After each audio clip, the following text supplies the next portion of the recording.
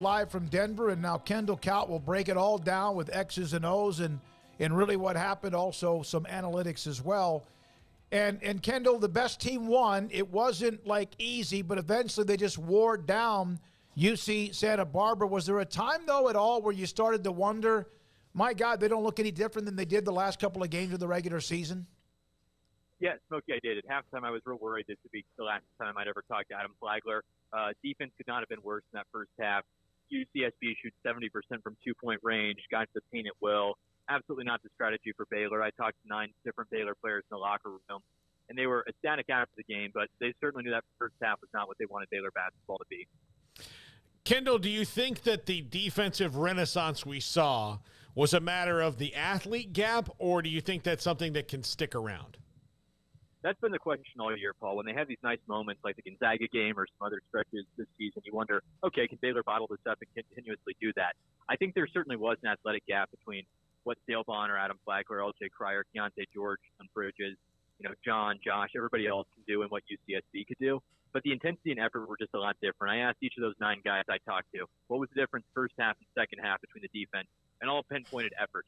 And you can get a little upset and say, why is effort an issue for Baylor in the NCAA tournament? You can mess around and lose a Big 12 game, and it's not really going to matter that much, as evidenced by Iowa State finding out winning Big 12 games against Baylor doesn't really mean a whole lot when Baylor's still dancing and you're about to not be. But I think the effort and intensity have to be there from the jump for Baylor in this next game, because you can't mess around against Creighton and expect to just come back in the second half. How about the Caleb Lohner show, just like we all expected? Craig, I did not. I'm glad I'm not a gambling man today. I'll probably be a gambling man tomorrow, but not a gambling man today, because I would have certainly not bet on Caleb Lohner to have a performance like that. After the game, I talked with him, and he credited his teammates that they found him open, that he was able to really hit some guys he didn't expect, or hit some guys. They found him in the spots he needed. And I asked him, you hadn't really shot threes recently. How did you feel confident enough to do that? And he said, you know what, they just kept telling me to shoot him. I felt like I had to do it eventually. Yeah, that open three, and he made that open three. He actually played patient today. I think Kendall, most of the season you'd watch him in his moments, and it was like he didn't realize that you don't have to do everything in 3 seconds. You're completely right on that, Paul. Caleb all season felt like he was rushing things, himself committing charges, not taking charges. And this, I don't know what it was for Caleb. Maybe he likes the high altitude since he played at BYU before, or maybe he's a Mountain West man himself, but something seemed way different. And if you had told me that Caleb Lohner would play like that today, I wouldn't have believed you. I would have said, what drugs are you on? But I guess it is Denver. They got a lot of drugs out here, so maybe the right drugs for some people. Oh, my God. I think it was the altitude. That's a drug, right? The altitude is a drug. That's a safe one, and I will say in the locker room, nobody appeared to be under the influence of drugs on Baylor's staff or on Baylor's players, but the right kind of energy bottled up for the Bears today, Smokey. Is there a chance just winning this one after the way things ended, you could take not a deep breath, but at least have a relief and perhaps they loosen up a little bit? I think that's possible. I talked to Adam at the end of the scrum we had in the locker room, and I asked, that Iowa State game you feel like helped you? And he said he felt like it definitely did, because they needed to have a loss like that to really get their backs against the wall and know what it was like. They didn't panic when they were down 1 at halftime. I talked to Keontae as well, which is like, man, this is going to be the end for you once you lose or win in this tournament. It's going to all be over. And he said, yeah, you just can't really think about that. Adam acknowledged it was in the back of his mind, but I do think that having your backs against the wall, knowing you can survive something like that, I think benefits this team, because this team is a little bit more emotional, cerebral, however you want to frame it, than maybe some other Baylor teams. So they think a little deeper. Thinking deeply can be a good thing, but it can also be a bad thing when you start panicking. And I think it was good for them to see, hey, we can still think deeply, we can still be a smart team, but it doesn't mean we have to have overwhelming anxiety. So, Smokey, I think that's a real good thing for this. Kendall, you there still?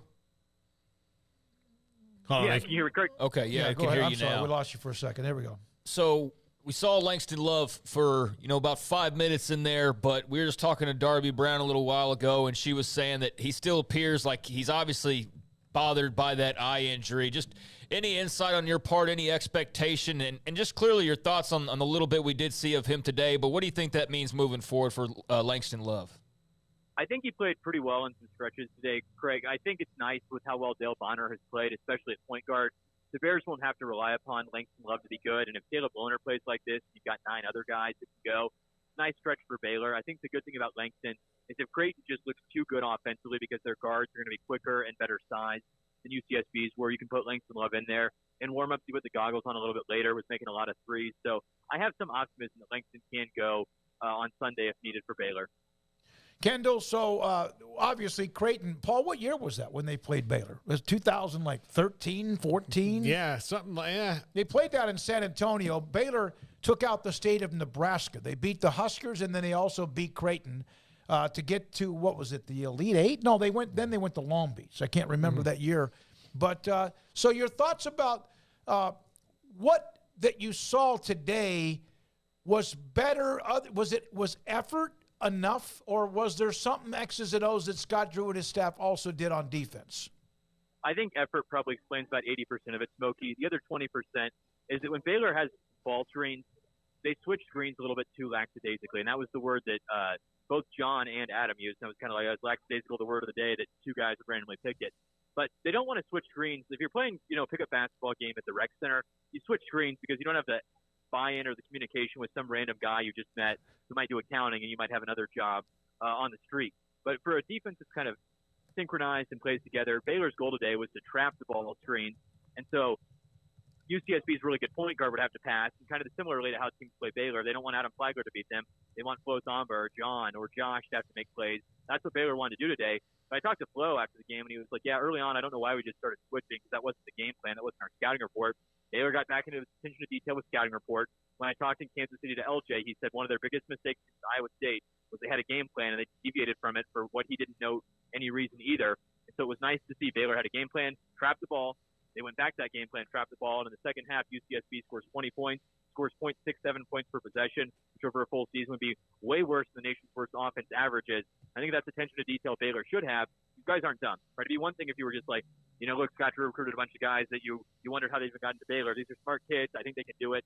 So I think scouting report attention to detail is one improvement Baylor can have. I think they will have it on Sunday. Well, that would maybe explain why we've seen a bit more of a fiery Scott Drew on the sidelines this year if they're just at different points wandering away from the game plan during games. Absolutely, Paul. And I've had the privilege to sit across from the Baylor bench in Ames, Las Vegas, and now here. And then in South Dakota, I had a bird's eye view, so I couldn't see it well, but kind of make it out. From this season compared to all the prior years, whether I attended Baylor as a student, watched the games, or covered it in the media, I have thought he's more fired up than he has been in years past. When Baylor took a shot early on in the game that Scott really didn't like, I saw him mouth to the coaches, terrible shot, what is he doing here? He's animated this year because I think he gets, even if you have a great future, which I think Baylor basketball still has, you've got a senior point guard in Adam Flagler, who was one of only two guys unanimous All Big 12. Keontae George will be a lottery pick. LJ Crier's getting into the paint at will. Even if you think the good times are still going to roll, you better enjoy them now. And I don't think he wants to look back on this season and wonder what if. And so I think that's why he's so passionate about where these guys are and where he hopes they can go. So just a overall broad Big 12 question here, Kendall. Kansas and Texas both yesterday win big, have no problem moving on. West Virginia falls in a close one to Maryland. We still got K-State and TCU playing later on tonight. Baylor obviously wins, but what the heck happened to Iowa State? You get a chance to see that by any chance? 59-41, down go the Cyclones. So, Craig, I didn't see that game since I was cranking out some stories. Gotcha. So, fair to be like, why are you giving this answer? But I guess my concern with Iowa State all along and why I was so perplexed that Baylor kept losing to them is that it felt like they peaked in November with a bunch of old dudes, and they didn't get a lot better other than playing Baylor. And so I guess when Baylor wasn't across from them, it wasn't going so well for Iowa State. There is kind of a limit to how Otzelberger has his staff assembled or his players assembled right now, but he's now landed 5-star talent in Ames, so I don't think it's going to be long before Iowa State stops having these moments they don't want at the end of the season, though. They did make the Sweet 16 last year. I did kind of wonder about Iowa State maybe being a good team against Baylor, but not such a good team against other teams down the stretch. Do you think how a conference performs in the tournament reflects on the tournament, on the strength of the conference? For example, the Big 12, all the data, all the analytics, even the rankings and seeds at 1, 2, 3, and 4, the best team in America, a conference in America. The SEC feels good about who they were too, but does that reflect, is that a fair if they end up going like 3 and 4 in the first round? Oh, and can you guys still hear me? Yes. Yeah, we can. Okay, excellent. And so, Smokey, I do think that it is one component of it. Obviously, the season-long sample size of the non-conference where Baylor beats UCLA and beats Gonzaga, KU beats a lot of good teams along the way, Texas beats Gonzaga and beats Creighton, has a lot of good wins. That should matter more because the sample size is larger, but we also shouldn't minimize marks. I mean, this is the ultimate goal for teams. If you have anything still in the bucket you haven't run play-wise, you run it here.